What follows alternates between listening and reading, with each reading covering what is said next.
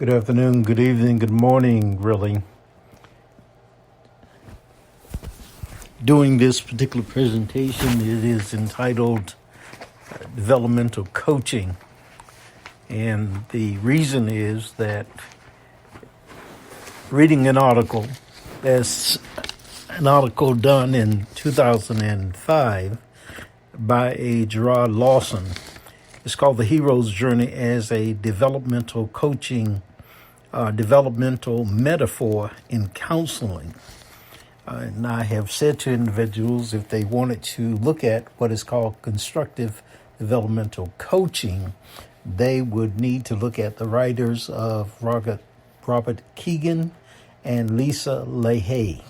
Robert Kegan, Robert, and Lisa is Lisa, Kegan, Kegan, and then LaHaye, Lahey. They do developmental coaching. It's called constructive developmental coaching and constructive developmental therapy. So constructive developmental coaching, constructive developmental therapy. They are basically the same thing, but they are in two different fields. One is directly involved with psychology, directly involved. The individuals are trained in what is called consulting psychology, I believe. And then the other one is coaching. A coach is not a psychologist in the sense of a clinical psychologist. That person is a coach, and they have specific skills, a specific skill set that they work with. They do not do therapy, as we call it. I am a trained industrial organizational psychologist and a minister. So that's a unique combination of skills that are involved. And then I say to individuals, there's not a specific range of skill sets that are recognized by what is called the American Psychological Association when it comes to a person who studies myths. But there have been some individuals who've studied myths. And those individuals, one of my favorite is, of course, Dr. Joseph Campbell. And then there's an individual called Dr. Carl Jung. They studied myths, or you could call them from the past. They were religious or theological or theologians. They were individuals who were both psychologists, and then they were also individuals who would be called religionists or priests or theologians or whatever you may want to call them. So they combined the two, and maybe even others in the same way that I do as well. And so that's one of the reasons that I studied this. Dr. Joseph Campbell was one of the individuals who was a consultant when it came to the movie Star Wars that had such an impact on my life and still does. And it's out came out Christmas, I believe, somewhere around that time of 2019. This is 2020, and it's still out. My understanding is that it was during the first weekend perhaps, that globally it grossed something like $500 billion. $500 million globally. It grossed that amount of money. And then when it comes to the hero's journey, which is part of this particular developmental metaphor in counseling, according to Gerard Lawson, the hero's journey is written by Dr. Joseph Campbell. And so that's one of the reasons that I am speaking about this particular item and speaking with you about it. And the idea is that it is it's not just simply a way to understand the past. It is a way by which individuals can be helped in their meaning-making process. So that the world makes sense to them. Now, when it comes to the aspect of what is called constructive developmental coaching, what is basically being talked about there is that each individual has the ability to construct specific frames by which, or frames of reference by which, the world is made sense of. The world is made sense of. Representations of how a person thinks and makes sense of the world. That's what the article says. I recommend the article because beyond what I might say, beyond what comes across, because I'm giving a subjective interpretation of what is written. It's just like when as a minister, there's a preaching that takes place. Well, that minister has read and prayed about what he or she has read, but there's also the word that person read and prayed about. That word has a direct connection with the source of where that word came from. And the individual, in reading that word, the same word that the minister read, he is able to establish anew that same connection with that word and with the spirit that inspired that word. And so it goes even further back than the minister that had the connection. It goes back even further back than the individual that actually wrote the biblical account, or if you're using other sacred texts as well, even further back than that, so that the person can have a direct connection with the source of that information, a direct connection with the source of that information, so that they get it direct from the Spirit, so that they can make meaning for their individual application. And this is what is so powerful about this when it says constructive developmental. And developmental means that it is a process of growth and development, step by step by step. And there is, when it comes to development, there is what is called lateral development, which means that you stay on the same level of an individual. One has said that if you're going through a building that has many floors, lateral will be that you stay on one floor. Say there's a floor that's called childhood in a spiritual maturity, or childhood in life, and you stay on the level of a child, and you just, whatever that floor is, that's called childhood, you learn childhood things. The biblical account says, when I was a child, I spoke as a child. In other words, you know things that are childlike or child pertaining, all of those things. But then it speaks of becoming an adult. That's another vertical level. That's another vertical level. That's different. That's going up a floor. That's going up a floor. And then the Apostle Paul says this thing about having the mind of Christ. Remember in the book of Romans, it says, be ye transformed by the transforming of your mind, or the renewing of your mind. That's a different level altogether. And then later he says, we have the mind of Christ. That's still another level. And so one is developmental from the standpoint of the aspect of being on the same floor. Many people are on like that ground floor, if you will. I consider it to be like, if you want to, it's like being at a pyramid. Everybody, say, is on the ground floor, the bottom floor of the pyramid, the part that's close to the ground. But as you go up, it gets narrower and narrower and narrower, till the point that it comes to a point at the top. And that's vertical. That's going up. That's what developmental coaching is about. It's moving the person, not just simply that they are at the first floor of what it means to be an adult. If you look at someone like Abraham Maslow, then Maslow has his hierarchy of needs. And he talks about the physical needs, the need to eat, the need for protection, all of those kinds of needs. That's one level of need. But then as he goes up and says that those needs are met, he goes up that ladder, and then he comes to the point of what he calls self-actualization. That's the point of self-realization. That's the point. That's a vertical set of development. That's different from the lateral set of development. And this is the same thing that is being talked about when I speak of the aspect of the inner journey of self-awareness to become one's authentic self. This is the same thing. It's a developmental process. It's the same thing when individuals are talking about being a coach. A person can be coached for performance. In other words, they can help you to perform better in whatever your skill set may be. It may be that you are a presenter, And they can help you from the standpoint of teaching you different skills that are involved with being a presenter. I've taken a few courses when it comes to both preaching and presenting that have to do with this aspect of being better. There are certain movements that you can make. There are certain things that you can say, certain techniques that you can use that are all involved in being a better presenter. But when it comes to the aspect of being a better person, that's different, because there are presenters that are not good people.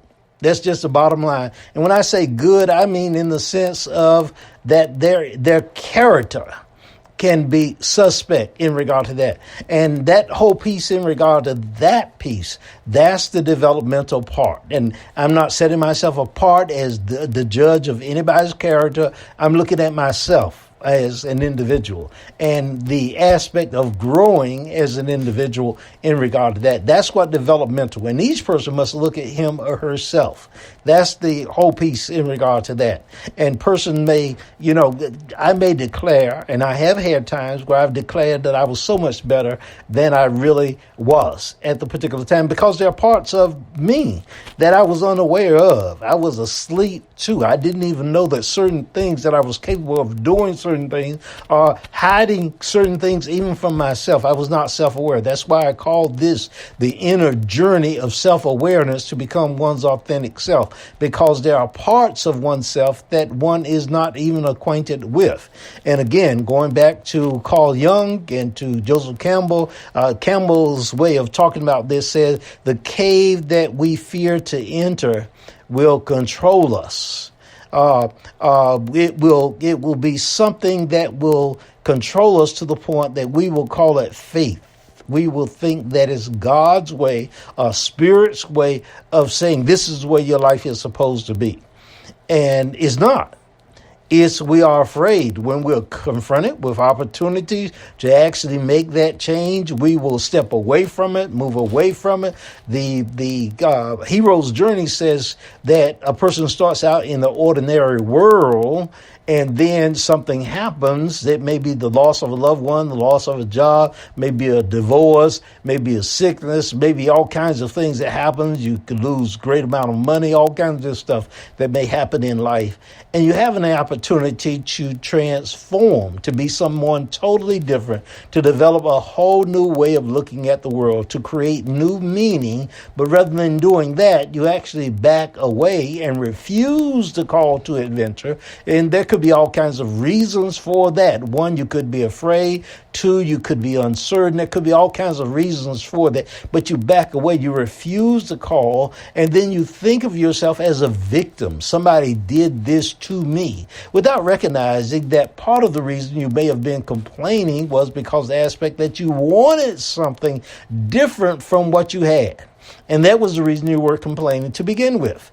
And as a result of that, when that time came, it didn't come in just the box that you wanted it, in the package that you wanted it, but it showed up. Ultimately, if you had accepted that call, then it would have led to the gift that you had desired, that you had intended. It's just that it didn't show up the way that you wanted it to show up. But it was indeed what you were looking for, what you were crying out for, what you desired. And so that's what happens in regard to this. It shows up, but it's not what you would want. But that opportunity to develop, to go to another vertical level, that's why a coach is so important, because that individual is able to sit with you and talk with you and have a discussion with you. So it's not about the performance part of what you're doing. You could be a 10 at that level that you are, and you can remain at that level. If you do a person like John Maxwell, in regard to his book that's called The 21 Laws of Irrefutable Leadership, the 21 Laws of Leadership, he deals with the law of the lid. It's one of the first laws that's discussed. He talks about this very thing in his book, where he talks about the aspect that there are 10 lateral laws, and then there are 10 vertical laws. And that if you just simply work on the 10 lateral laws, you're going to be good at being a one leader. You're going to be great at being a one leader, but you're not reaching your highest potential as a one leader. You need to go to a 2 leader or a 3 leader and a 4 leader or a 5 leader. And then you are becoming a better leader. That's development. That's development. When you move up that ladder and become a greater leader in that vertical realm, that's what constructive developmental is about. That's what that is about. Becoming a better person, a better leader in regard to the skill set that's involved. And a major part of that, major part of that is the whole aspect of self-awareness. That involves knowing your motives, that involves knowing your values, that involves knowing your ethics and coming to understand yourself, because you begin to understand I'm not a victim in life. No matter if it looks like somebody else does it to me or is doing something to me, I'm not a victim. I'm going to take agency and responsibility for my life and recognize that somewhere within me, I'm calling whatever's coming to me to me. I'm responsible for my life. This is a major, major thing. And a process of doing that is to look at how stories have been told in the past. That's where Dr. Campbell comes in. That's where the hero's journey comes in, because there are patterns. And as a result of looking at these metaphors, just like looking at a movie, if you will, it is like looking at a movie. That's why Star Wars is so popular and has been so since it was released, and so many others. In regard to this particular item that was done by Gerard Lawson, it's called The Hero's Journey as the Developmental Metaphor in Counseling. It's an article that I have. If you like, you can send me an email at info@iwillrestore.com. I'll send you a copy of it, or you can look online and find it for yourself. You can get a PDF copy of it and just see what's written there. Again, when you do that, you have your own way of interpreting, understanding, or whatever. And there are individuals who've got all kinds of phobias and fears and everything else about this kind of thing. They just got whatever their fears may be. And I understand that. You got whatever your challenges may be. But if you're in a situation, this is the year 2020, and if you in a situation and you want something new, I call it plenty in 2020. And it does not have to be something that's of monetary value. But, for me, there's a time that I may have thought that there was something wrong with the aspect of having something of monetary value. I don't think that anymore. I think sometimes that the more you have, the more good you can do. The more you have, the more good you can do. The more you have, the more good you can do. And I want to do good in the world. I still want to do good in the world. I'm old enough at this point in time. I saw the advertisements for, I believe it's called St. Jude's Children's Hospital. And I'm old enough to remember when Danny Thomas and his daughter, Marlo Thomas, first talked about building St. Jude's Hospital. I'm old enough to remember that. And you can go online and look this up, but I'm old enough to remember when that was coming on. And they talked about this past time, they talked about that when they initially started that hospital, 4 out of 5 children died as a result of having cancer. 4 out of 5. So 4 out of 5, 80%, they said. And then they say today it's 1 out of 5. So 80% of people died, 80% of children died as a result of having cancer when Danny Thomas made a pledge that he was going to open this hospital. And then 80%, 4 out of 5. And now it's 1 out of 5. And they make the appeal for individuals to give. I think it's $19 a month or something to that effect. And I see the others, the Shriners advertisement as well. And each one of those items touches my heart because I have seen children who are going through various things, dealing with various things, whatever it may be. And I want to help so many individuals. I've been to Africa. I've been there, seen people eating. I'm from the United States of America. I've been there when they were feeding people what we would consider to be almost food that was going to be fed to animals. It was called maize, I believe it was, MAIZE. I've seen this with my eyes. I've seen the little children. I've looked at them. I've gone inside of the schools, and I've had one young man that when we were there, we had in mind that we were going to actually help this individual to come to the United States of America. And when we came back, we encountered so much stuff, opposition, inability to raise the funds we wanted, all of those kinds of things, just amazing things. We needed some tools that we did not have. And as a result of that, we were unable to help. But eventually, this young man went on and accomplished the new dream that he was desirous of. And we wanted to help, but we weren't able to help. We were not able to help. And finally, getting in contact with him, he reminded us of the promise that we had made to him and how much of a challenge it was, how hurt he was that we were unable to help. Now, he accomplished what he intended. We at least inspired with him a dream of a new life. But beyond that, we were unable to help, even though we tried.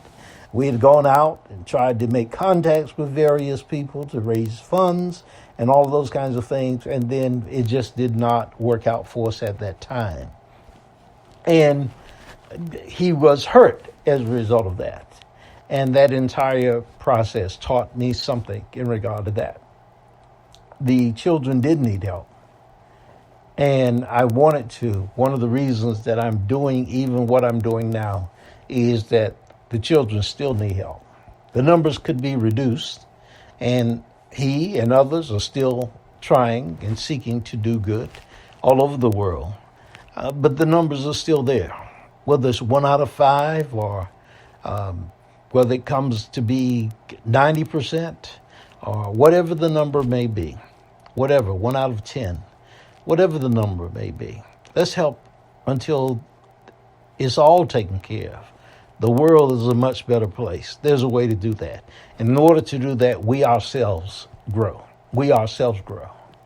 And so this is what I'm talking about here. This is what I'm talking about in regard to developmental coaching, in regard to developmental. And beyond the coaching aspect, it's just the growing. If you send us an email at info@iwillrestore.com, even if you never are coached, the material we will send to you via being on the email list, you read that material, you listen to the podcast, you listen to the radio broadcast, listen to any of those things, listen to the materials that are on the at the YouTube, all of those kinds of things. Pay attention to that and then follow through. Commit. Be accountable to follow through with the material. Practice it. So when we talk about things like visualization, then you visualize. When we talk about setting goals, you set goals in regards to that. When we talk about the aspect of going through this process of meditation, then there's meditation music that we have on YouTube. There's meditation music that others have on YouTube. Use that material so that you go through a process whereby you reach your goals. When we talk about affirmations, then set up affirmations. We'll provide you with affirmations. We'll do everything possible to help you to develop, to grow, to become the person that you've indicated that you want to be. And just everything possible. If you send to us the information and work with us in the best way that you possibly can, then we'll work with you in the best way that we possibly can to help you to realize whatever your dream is, whatever the vision is that you have, that Spirit has given to you, or that you have birthed inside of yourself. The covenant of peace is with the two. That's the intent. You could take this material that we have Bible studies. I've written Bible studies in regard to the whole aspect of accepting Jesus Christ as your Savior. Now, you can call this whole piece about accepting Jesus Christ. You can go through a whole theological discussion about this, its relationship to Africa, its relationship to the rest of the world, its relationship to history. I can do all of that. I've been to school. I've studied the original languages, all of that. Know all of that whole discussion. I did it for myself so that I understand and am able to have the discussions about all of that. And so you could do all of that. But what is necessary is you find out what works for you. I found out what works for me. And so that whole piece. And I talk to God. And God talks to me. I am good with that. I've seen miracles that have occurred on every level of my life. And not just my life, people around me. So I've gone through a process, and I've been blessed tremendously about that process. I am so thankful, so pleased, so happy with who God is in my life. I am grateful as to who God is in my life. And I want to encourage you because I know that God is faithful. I know that God is faithful. If you reach for God, God will grab you. God will hold you. God will take care of you every day of your life because God has already been doing that. God is in you, through you, as you. God loves you with a love that has no bounds. It has no bounds. Indeed, God is all there is. In Him we live and move and have our being. In Him we live and move and have our being. In Him we live and move and have our being because God is omniscient. God is omnipotent. God is omnipresent. God is omniactive. God is all there is. God is all good all the time. God is. And so this is what we're talking about. This aspect of development, coming to understand who you are, what power you already possess, what you can call forth into your life. This is what we're talking about.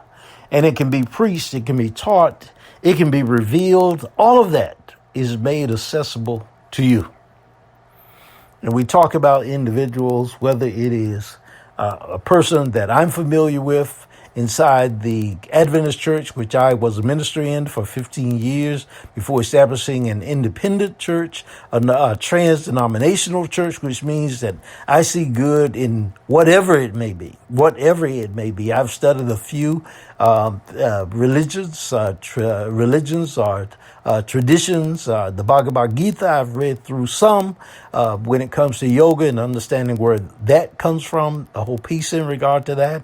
We looked at the Quran a bit, looked at the Tao Te Ching, I believe the pronunciation of it has to do with the Buddhist religion, all of those kinds of things. So those items I've done. I've looked at individuals like Neville Goddard and Ernest Holmes, H.M. Katie, the Unity Church, the Religious Science Church, those individuals. I've looked at books when it comes to what is called the Master Key System. I've looked at that particular book. I've looked at just a number of things so that I could be benefited. I can be benefited and I can benefit others.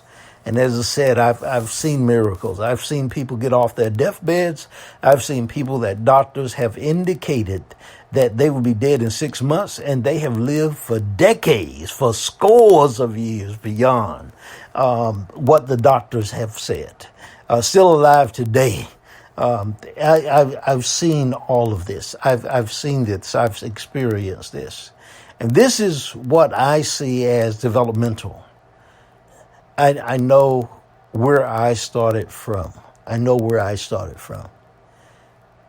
that's what we offer to individuals. I would encourage anyone and everyone to get in contact with us. info@iwillrestore.com. You could send us DRDL Waters, WATERS Senior, SR, DRDL Waters Senior at drdlwaterssenior.com, and just send us an email at either one of those addresses, and we'll put you on the list of individuals to receive so much.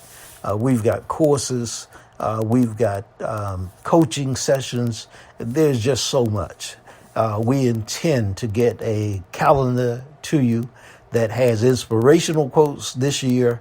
Also, the strategic life planner that you are able to put down your dreams for 2020 and beyond. Plenty in 2020. Our journal master. There is the inner journey of self-awareness to become your authentic self. We've got different versions of that we're working on. There are so many things that we've gotten so that we might be able to be of assistance to you and you to be of assistance to someone else. We are training coaches to coach. Training coaches to coach. So we encourage you again. Be the best self that you are inspired to be. Be your best self. God bless you for now. This is Dennis Waters, Dr. Dennis L. Waters Sr., signing off. Bless you. Take care. Bye-bye.